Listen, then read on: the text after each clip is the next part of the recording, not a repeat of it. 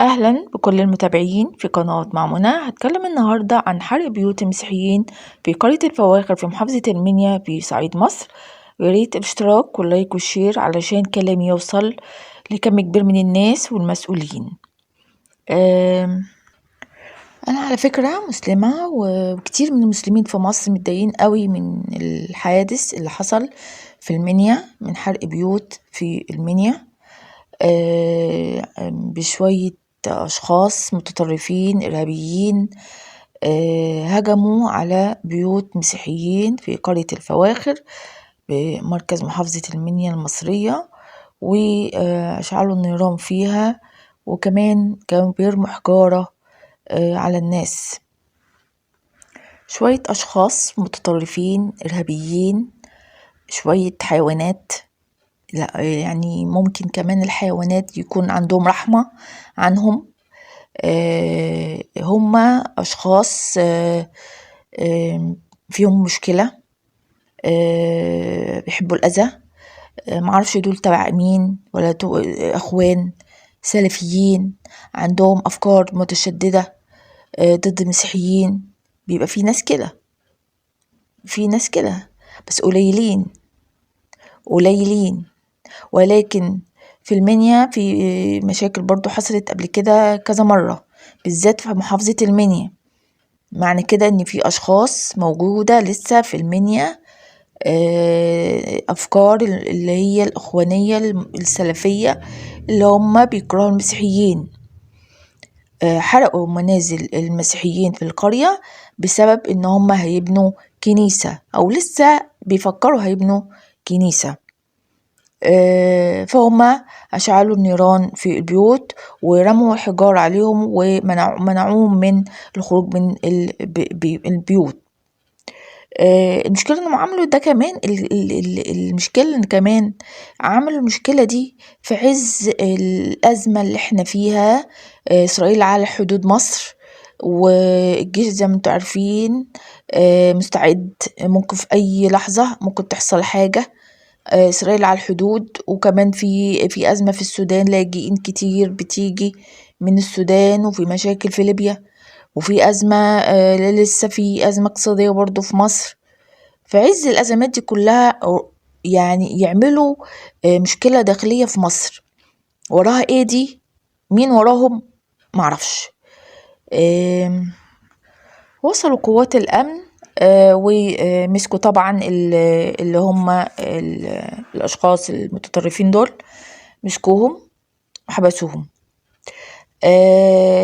طبعا هي اتعرفت من تغريدة كتبها الأنبا مكاريوس أسقف في المنيا للأقباط الأرثوذكس في مصر على موقع إكس.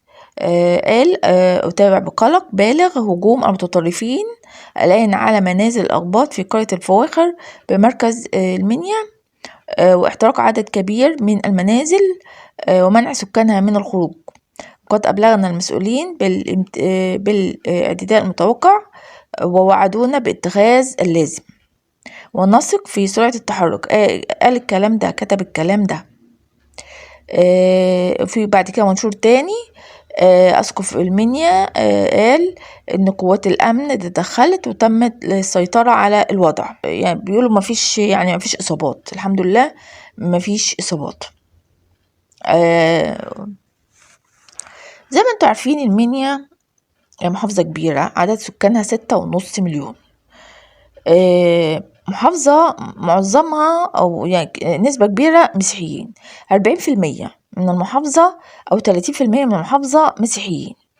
القرية دي عدد سكان المسيحيين فيها كتير، فهم عايزين كنيسة. زي ما انتوا عارفين منطقة ما فيهاش مثلا كنيسة، بيبقوا عايزين فيها كنيسة عشان يصلوا فيها. ولكن الأشخاص اللي مش عايزة أقول عليهم أشخاص، يعني الناس المتطرفة الإرهابيين دول مش عايزين إنهم يبنوا كنيسة. ليه؟ معرفش. إيه العداوة في كده؟ معرفش. القرية فيها مساجد كتير ما شاء الله، يعني المساجد اللي فيها في القرية أو في مصر كلها عدد كبير. انتوا عارفين مصر فيها اكتر عدد مساجد من الدول العربية كلها. انتوا عارفين مصر فيها اكتر عدد مساجد من الدول العربية كلها، حتى بالرغم ان مصر مساحتها صغيرة. مثل السعودية والجزائر مساحتهم اكتر من ضعف المساحة بتاعتنا، ولكن المساجد بتاعتهم قليل عن بتاعتنا. مصر مليانة مساجد، ما بين كل مسجد ومسجد في مسجد، يعني في كل شارع في كل حارة. وعادي بيبنوا مساجد عادي، الناس بتصلي عادي. في ناس بيقولوا اللي هم الأشخاص المتطرفين الإرهابيين دول أصلهم ليبي، عربي ليبي مش مصري. هم مصريين ولكن أصلهم ليبي، بس هم عايشين في المنيا، والجيران يعتبروا جيران. يعني المفروض يعني يبقى في ايه، يعني في تسامح، في رحمة ما بين بعض، في جيران زي ما قال النبي كده. يعني الجيرة والتسامح والرحمة والمحبة، والنبي قال كده، النبي سيدنا محمد قال كده. الناس بقى دي اللي أصلهم الإرهابيين دول بيقولوا أصلهم ايه، عربي ليبي.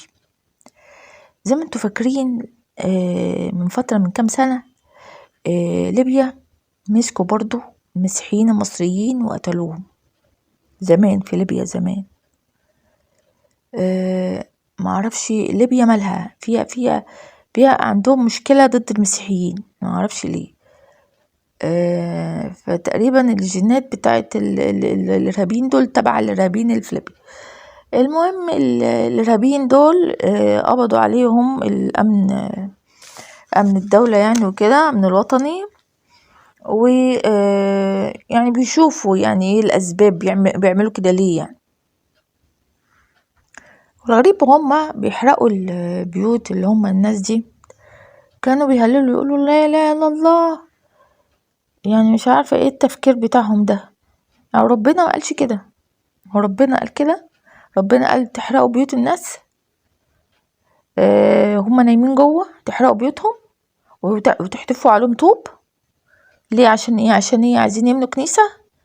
ايه المشكلة لما عايزين يبنوا كنيسة؟ ما هم مسيحيين كتار عايزين كنيسة في المنطقة بتاعتهم، ما عندهمش كنيسة.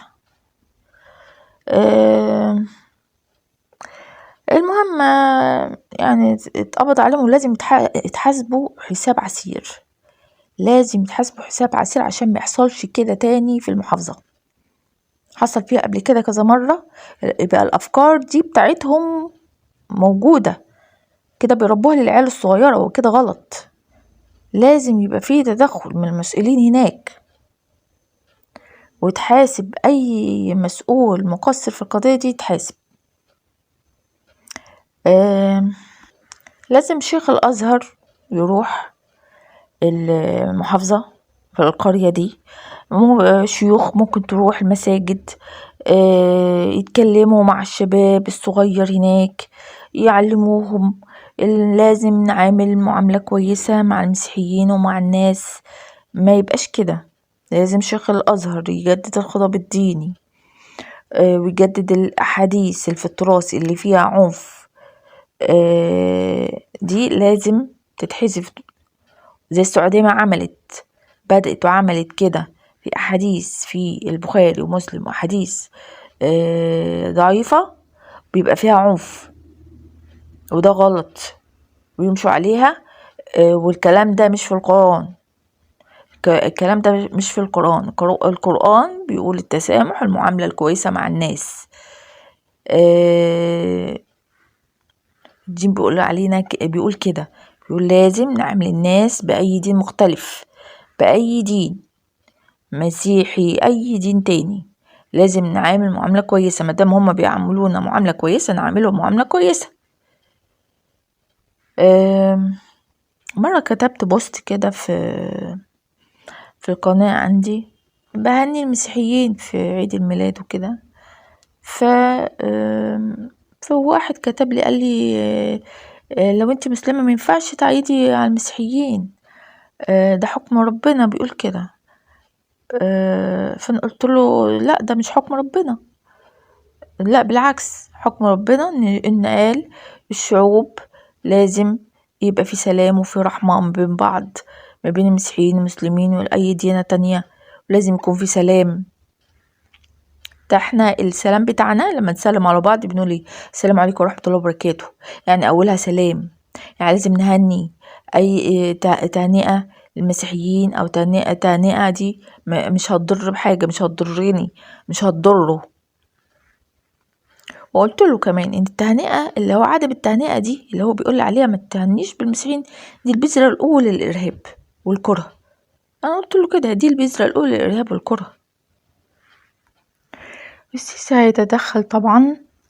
الإرهابيين دول، الكلاب دول هيتحاسب طبعا حساب عسير اللي هم عملوه ده. والمسيحيين إن شاء الله هيبنوا الكنيسة بتاعتهم، ومش هيكون في مشاكل تاني إن شاء الله في المنيا. واللي انضروا في الحادث هيتعوض إن شاء الله. وفي آخر الكلام بتاعي ما تنسوش اشتراك واللايك والشير، والسلام عليكم ورحمة الله وبركاته.